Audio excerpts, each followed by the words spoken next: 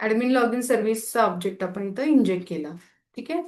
आता admin log in service मध्ये एकच मेथड आहे लॉग इन, मग ते गेट मॅपिंग येणार आहे त्यासाठी.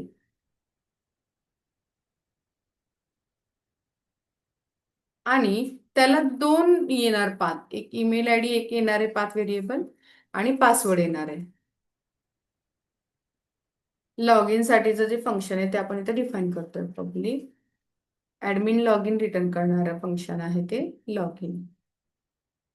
दोन पाथ व्हेरिएबल आहेत तर ते दोन्ही पण काढून घ्या. पाथ व्हेरिएबल @email ID आणि इथे येणार string email I D. Then @path variable password, इथे येणार स्ट्रिंग पासवर्ड, आणि इथं return ADL dot log in method आहे ते आपण कॉल करणार. खरं ही मेथड लिस्ट रिटर्न करते, मग आपल्याला पण रिटर्न टाईप लिस्टच द्यावं लागेल इथं.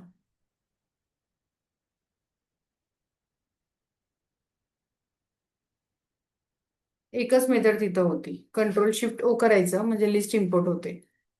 ओके. सो हे झालं admin log in controller. Then after that booking controller.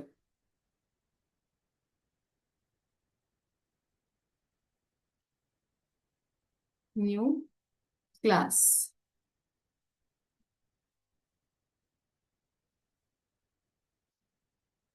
इथं पण @rest वगैरे ते सगळं येणारच.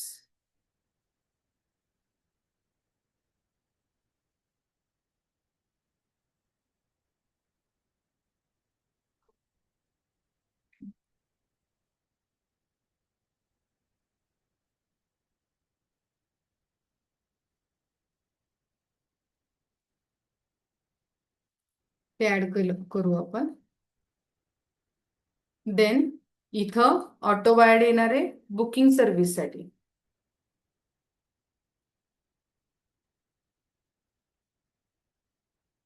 BS. आता मग बुकिंग सर्व्हिस मध्ये कुठल्या कुठल्या मेथड्स आहेत त्याच्यासाठी आपण काय करणार?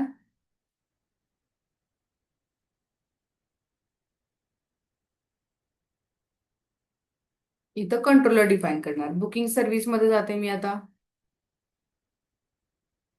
इन्सर्ट साठी पोस्ट मॅपिंग येतं. देन गेट ऑल साठी गेट मॅपिंग येणार आहे, आणि कॅन्सल साठी डिलीट मॅपिंग येणार आहे. म्हणजे तीन इथं मॅपिंग बुकिंग कंट्रोलर मध्ये ऍड होणार आहेत. आधी इन्सर्ट साठी मी पोस्ट मॅपिंग घेते.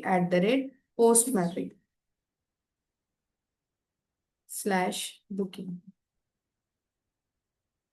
पब्लिक बुकिंगचं ऑब्जेक्ट रिटर्न करणार आहे ही मेथड. इन्सर्ट नाव दिलं तरी चालेल. इथं रिक्वेस्ट बॉडी येणार आहे. रिक्वेस्ट बॉडी का? अँग्युलर मधून ऑब्जेक्ट येणार आहे बुकिंगचा, तो इथं आपल्याला व्हेरिएबल मध्ये मिळेल.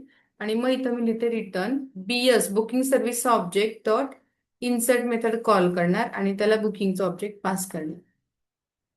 Ctrl+Shift+O करते म्हणजे बुकिंग इम्पोर्ट होईल. ओके, ऑटोमॅटिक इम्पोर्ट झालंय. सो हे झालं पोस्ट. देन बुकिंग सर्व्हिस मध्ये दुसरा मेथड कोणती आहे आता? Get all.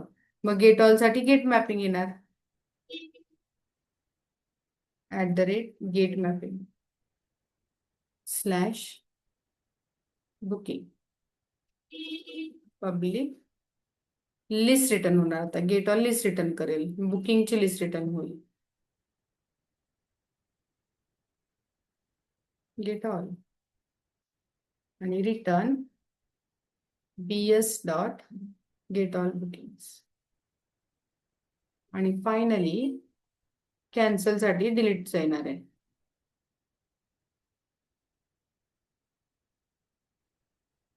@Delete mapping /booking, आणि इथं बुकिंग आयडी लागणार आहे. बुकिंग आयडी लागणार आहे. आणि पब्लिक वॉइड रिटर्न करणार. इथं डिलीट नाव देते. हा, ते पाथ व्हेरिएबल जे आहे, पाथ व्हेरिएबल म्हणजे काय की आपण इथं जे देतो कर्ली ब्रॅकेटमध्ये पाथ मध्ये, ते पाथ व्हेरिएबल. मग ते इथं कुठल्या नावाने आहे? BID. ते काढून एका इंटिजर मध्ये काढून घेऊ. आणि मग BS डॉट कॅन्सल बुकिंग आहे, त्याला तो BI पास केला. सो असे सगळे कंट्रोलर आपण डिफाईन केलेत. आता आपलं काम काय आहे की हे सगळे कंट्रोलर किंवा हे जे काही आपण केलेला कोड आहे तो व्यवस्थित काम करतोय का हे चेक केलं पाहिजे. Then for that we use Postman as API testing tool.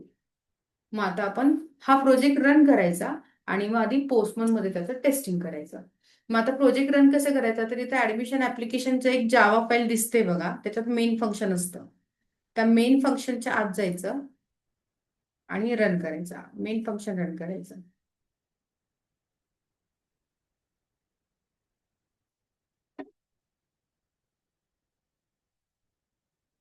हे मेन रन करते. आता तो स्प्रिंग बूटचा प्रोजेक्ट चालू होईल.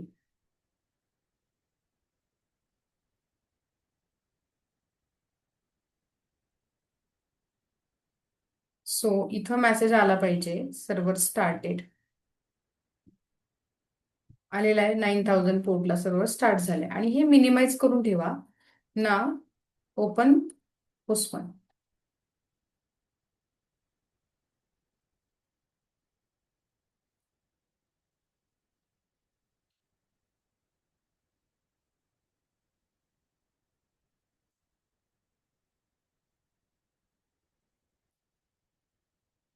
आता सगळ्यात पहिलं मॅपिंग आपण रजिस्टरचं करून बघतोय. रजिस्टर कंट्रोलरला जाऊन चेक करायचं. पोस्ट मॅपिंग करायचं आपल्याला, पोस्ट मॅपिंग आधी. पोस्ट मॅपिंग करायचं तिथं रजिस्टरचा डेटा दिला पाहिजे. मग रजिस्टर क्लासमध्ये कुठले कुठले व्हेरिएबल आहेत तेच तिथून पास करायचे. रेग आयडी पास नाही करायचा पोस्टमन मधून कारण तो ऑटो इन्क्रीमेंट आहे. पण बाकीचे जे काही आहेत आता इथं ऍड्रेस मध्ये बघा चुकून एकदाच डी झालाय. मग तसंच तिथं टाईप करताना झालं पाहिजे पोस्टमन मधून. मग आता इथं मी पोस्ट मॅपिंग करतेय. पोस्टमनला येते. मग पोस्ट मॅपिंग कसं करायचं, जस्ट सिलेक्ट पोस्ट. इथं URL द्या http://localhost:9000/ इथं कंट्रोलरच्या वरती काय दिलंय ते बघा. ऍडमिशन सिस्टीम ते येणार. Admission system slash register.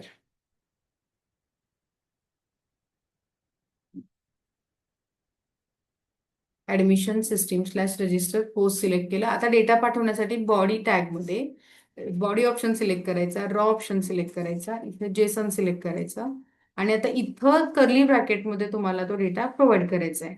मग इथं जी नावं आहेत रजिस्टर क्लासमध्ये तीच वापरायची. नेम, नेम ठीक आहे. Address ADRESS address. पुढे आहे city.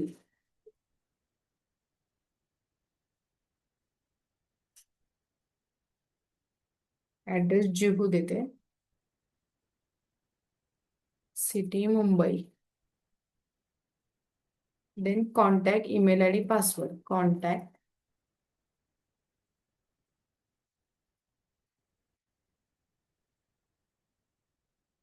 Email ID,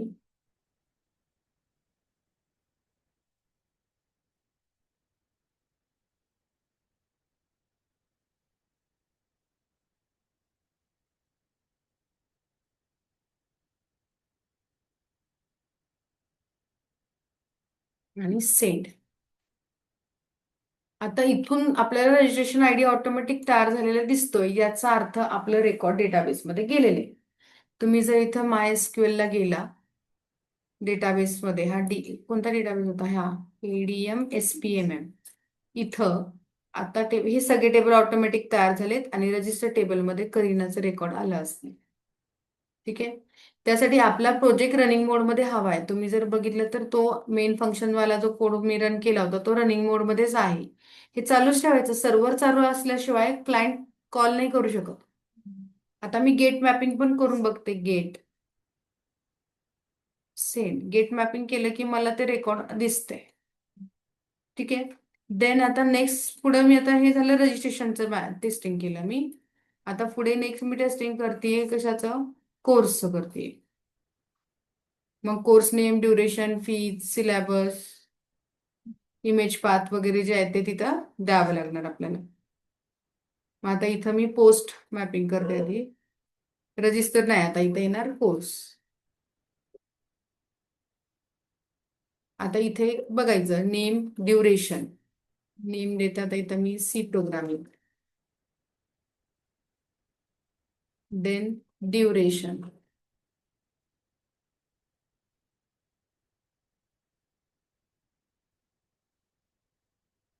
then syllabus.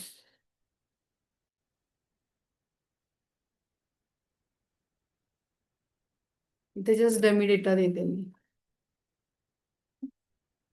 Then image path. Image path मध्ये जो इमेजचा पाथ आहे ना, तो मी कॉपी करून घेते एखाद्या इमेजचा पाथ क्रोम मधून.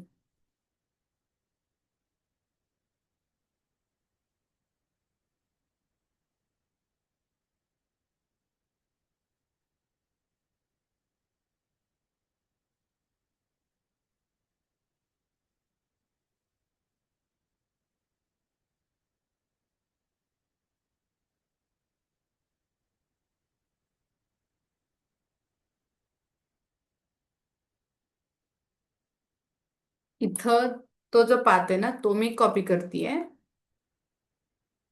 आणि इथं डबल कोट मध्ये पेस्ट करते. Image path. देन पीज आणि सीड्स. पीज. पीज हा इंटिजर व्हेरिएबल आहे, मग डायरेक्ट तिथं दिले असं तरी चालेल. आणि सीड्स. सीड्स पण इंटिजर आहे, मी इथं दिलं 20. सीड. मी इथं जर बघितलं तर कोर्स आयडी पण ऑटोमॅटिक आलेला आहे. आणि इथं कोर्स रेकॉर्ड कोर्स टेबल मध्ये आलं असणार आहे. ठीक आहे. सो या पद्धतीनं सगळे तुम्ही टेस्ट करून घेणं गरजेचं आहे.